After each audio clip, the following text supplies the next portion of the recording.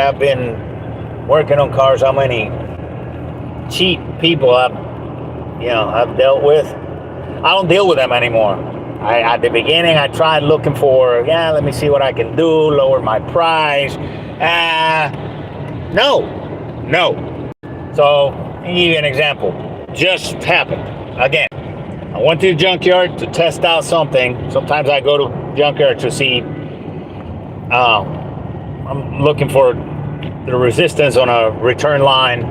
So I went to the junkyard to physically blow on it to see what it does. So, while I was there, this gentleman approaches me. Like, he comes to me and says, "Hey, are you mechanics?" I say, "Yeah." "How much you charge me to do?" He has no bumper in the front. All right. So he goes and he shows me that he's got the bumper in the back, and I'm in a hurry. I don't have time right now because I gotta finish this thing. So I say, "Listen, I'll give you a price." "Well, give me they always push for a price right away without you. That's a telltale sign. All they care is about the price. They don't give a shit about how long. I just told them I have to look at it. I have to go and take some time to look at the whole thing, see what's broken, especially in bumpers when the front bumper covers, that plastic stuff that everybody drops whenever they hit a parking spot stopper and they ripped it out. Usually, or sometimes, it will break the clips that hold that bumper. They're little plastic clips. They break most of the time. So I have to take my time and look underneath and stuff like that. So I don't have time. So I'll give me a number. Okay, I changed numbers. So I finish what I'm doing at the junkyard. I come out. I call the man and say, "Hey, give me the address. Let me come over." Now, he gives me the address, and it's an upper middle class neighborhood.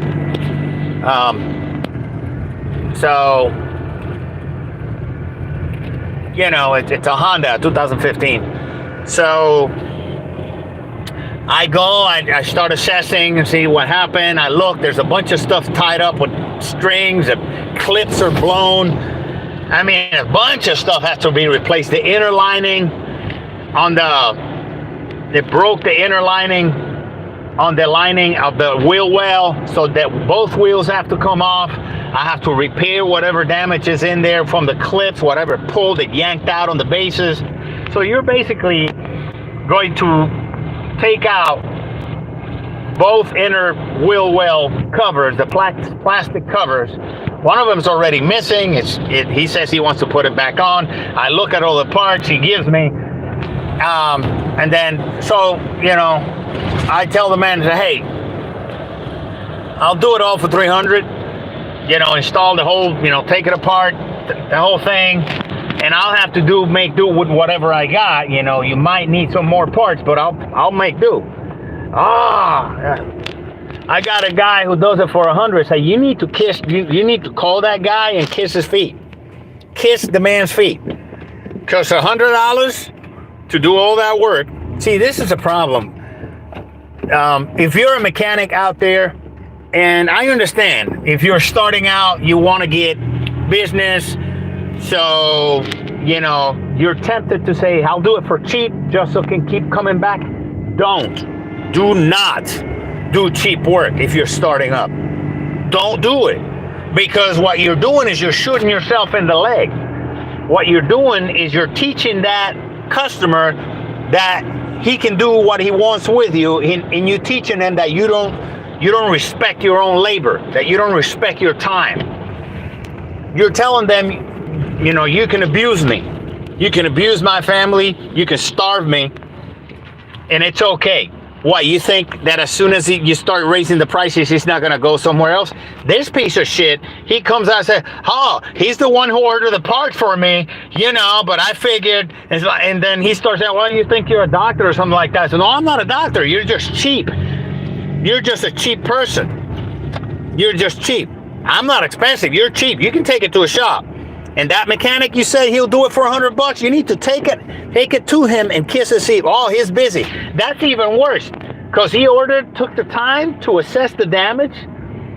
He ordered the parts for you, and your piece of shit ass is out there at junkyards looking for mechanics to install the thing for less than $100. What a piece of shit. Don't let people abuse you. Do not. I don't care if you're starting, if you've been doing it forever. Don't do it. Let them do it themselves. And they'll be going down the road. Next thing you know, the bumper falls off and they cause an accident. They kill somebody, or they hurt themselves and they get sued, So, you got to understand, when it comes to any type of repair, any type of trade that you're involved in, if you're a tradesperson, a tradesman, person who works with their hands, like I do, 30 years doing this shit, don't sell yourself cheap. Ask yourself, what is it that you're supposed to do with $100 nowadays? Or for the last 10 years, 10, 20, 15 years, what is it that you get for $100? What? Tell me. I mean, you go to the fucking burger joint, you go to Five Guys and get a meal, full meal with burger, 2 burgers and fries and, sodas and the whole thing, and a dessert is $48, $45, a full meal. That's it. So you're working for a couple of burgers and some shit? Is that what you're doing? Don't feel sorry for these people who are cheap. Okay? They think they can just go through life beating people up, getting them to do work for free, and then disrespecting them when somebody, I give him a price and he's like, that's too much, you're expensive, blah blah blah. It's like, take it to a shop, because what happens is, these people, and then there's the other group of people, they get in a fender bender, somebody else caused the accident or something, they get a check for $1,500, $2,000 to fix the damage, and they go to the junkyard, they pick up a junk part, and they find somebody to put it on for $50. Don't do that. Just don't play their game. Get paid. Look up first of all, charge a diagnostic fee. And that I kind of had an idea when the guy come up to me, the way he's pushing for a price. But don't sell yourself short. Don't do it. There'll be other people. I understand that some people, when you're starting, you might be a little bit, strapped for cash because you're trying to build up your business. There are other ways. Advertise on Facebook, or advertise on your, different groups. Hey, I do this, I do that, But the most important part is knowing how much your work is worth. Because let me tell you what happens. What happens is these people, there are not enough people out there. There are not enough tradesmen out there nationally in the United States. And out here in Florida, we got a lot of people, but still, you don't have a lot of people who are good at it. And a lot of people who are starting out, they do messed up work. I've run into horrors that mechanics do. And simple stuff. And then I have to come up and put, oh, that was simple. Yeah, because I know what I'm doing. I say, why do you want to charge me more? Because I have to fucking diagnose whatever the hell you did, find out what you broke, and fix it and do it right. That takes time. It takes expertise. I didn't get to this level of proficiency by just, reading a book. Yes, it took reading a book, learning the theory, learning the basics, and 30 years of experience of busting my ass out there. Okay, so thing you got to tell people is there's a diagnostic charge. You have to charge for diagnostics. This business, I just want you to look at it. If you just want me to look at your car, text me a picture of it. I'll look at it. If you want me to diagnose the problem, that takes work and expertise and tools and time. And you only live once. Even if you lived 1,000 years, if you live to be 1,000 years old, you still have an expiration date on how much you can do within those 1,000 years. But the rest of us, I'm 55. I've been working 30 years in this thing, around there. And I figure I got another maybe 5 that I want to work on it just for profit. I'm doing other stuff. But you see what I'm saying? So there's an expiration date on your service, on how long you can provide a service. Make it count. You know, go out there and look at a repair. You can use RepairPal. You can use Napa, labor guys. There's a bunch of, just ask Google how much, what is the labor rate for such and such. And from there, you can make an adjustment. Because what happens is this people, the same people that say that you're expensive, they have no problem. Absolutely zero. I've actually followed them because I didn't have a tool or something that I didn't want to mess with it. They'll go park and go to one of this they're rip off not because of the price. They're rip off because of the shit that they sell people. This Firestones, the tire places, the tire plays, or all this shops, Toughies and all those. They're horrendously exploitative of the people and the customers. Their employees, they exploit the mechanics. They charge almost $200 an hour. So when they go there, I've seen them. They come to me afterwards, and they'll charge them $900, $1,000, $1,200 for a starter. And then it turned out it wasn't the starter.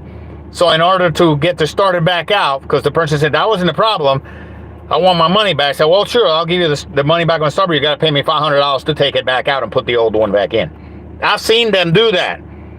But even if that wasn't the case, you'll see them, these people, they'll go after they bitch at you, and they're too expensive. They'll drive their car into a shop and pay $1,000 for the same job that you told them $300 for.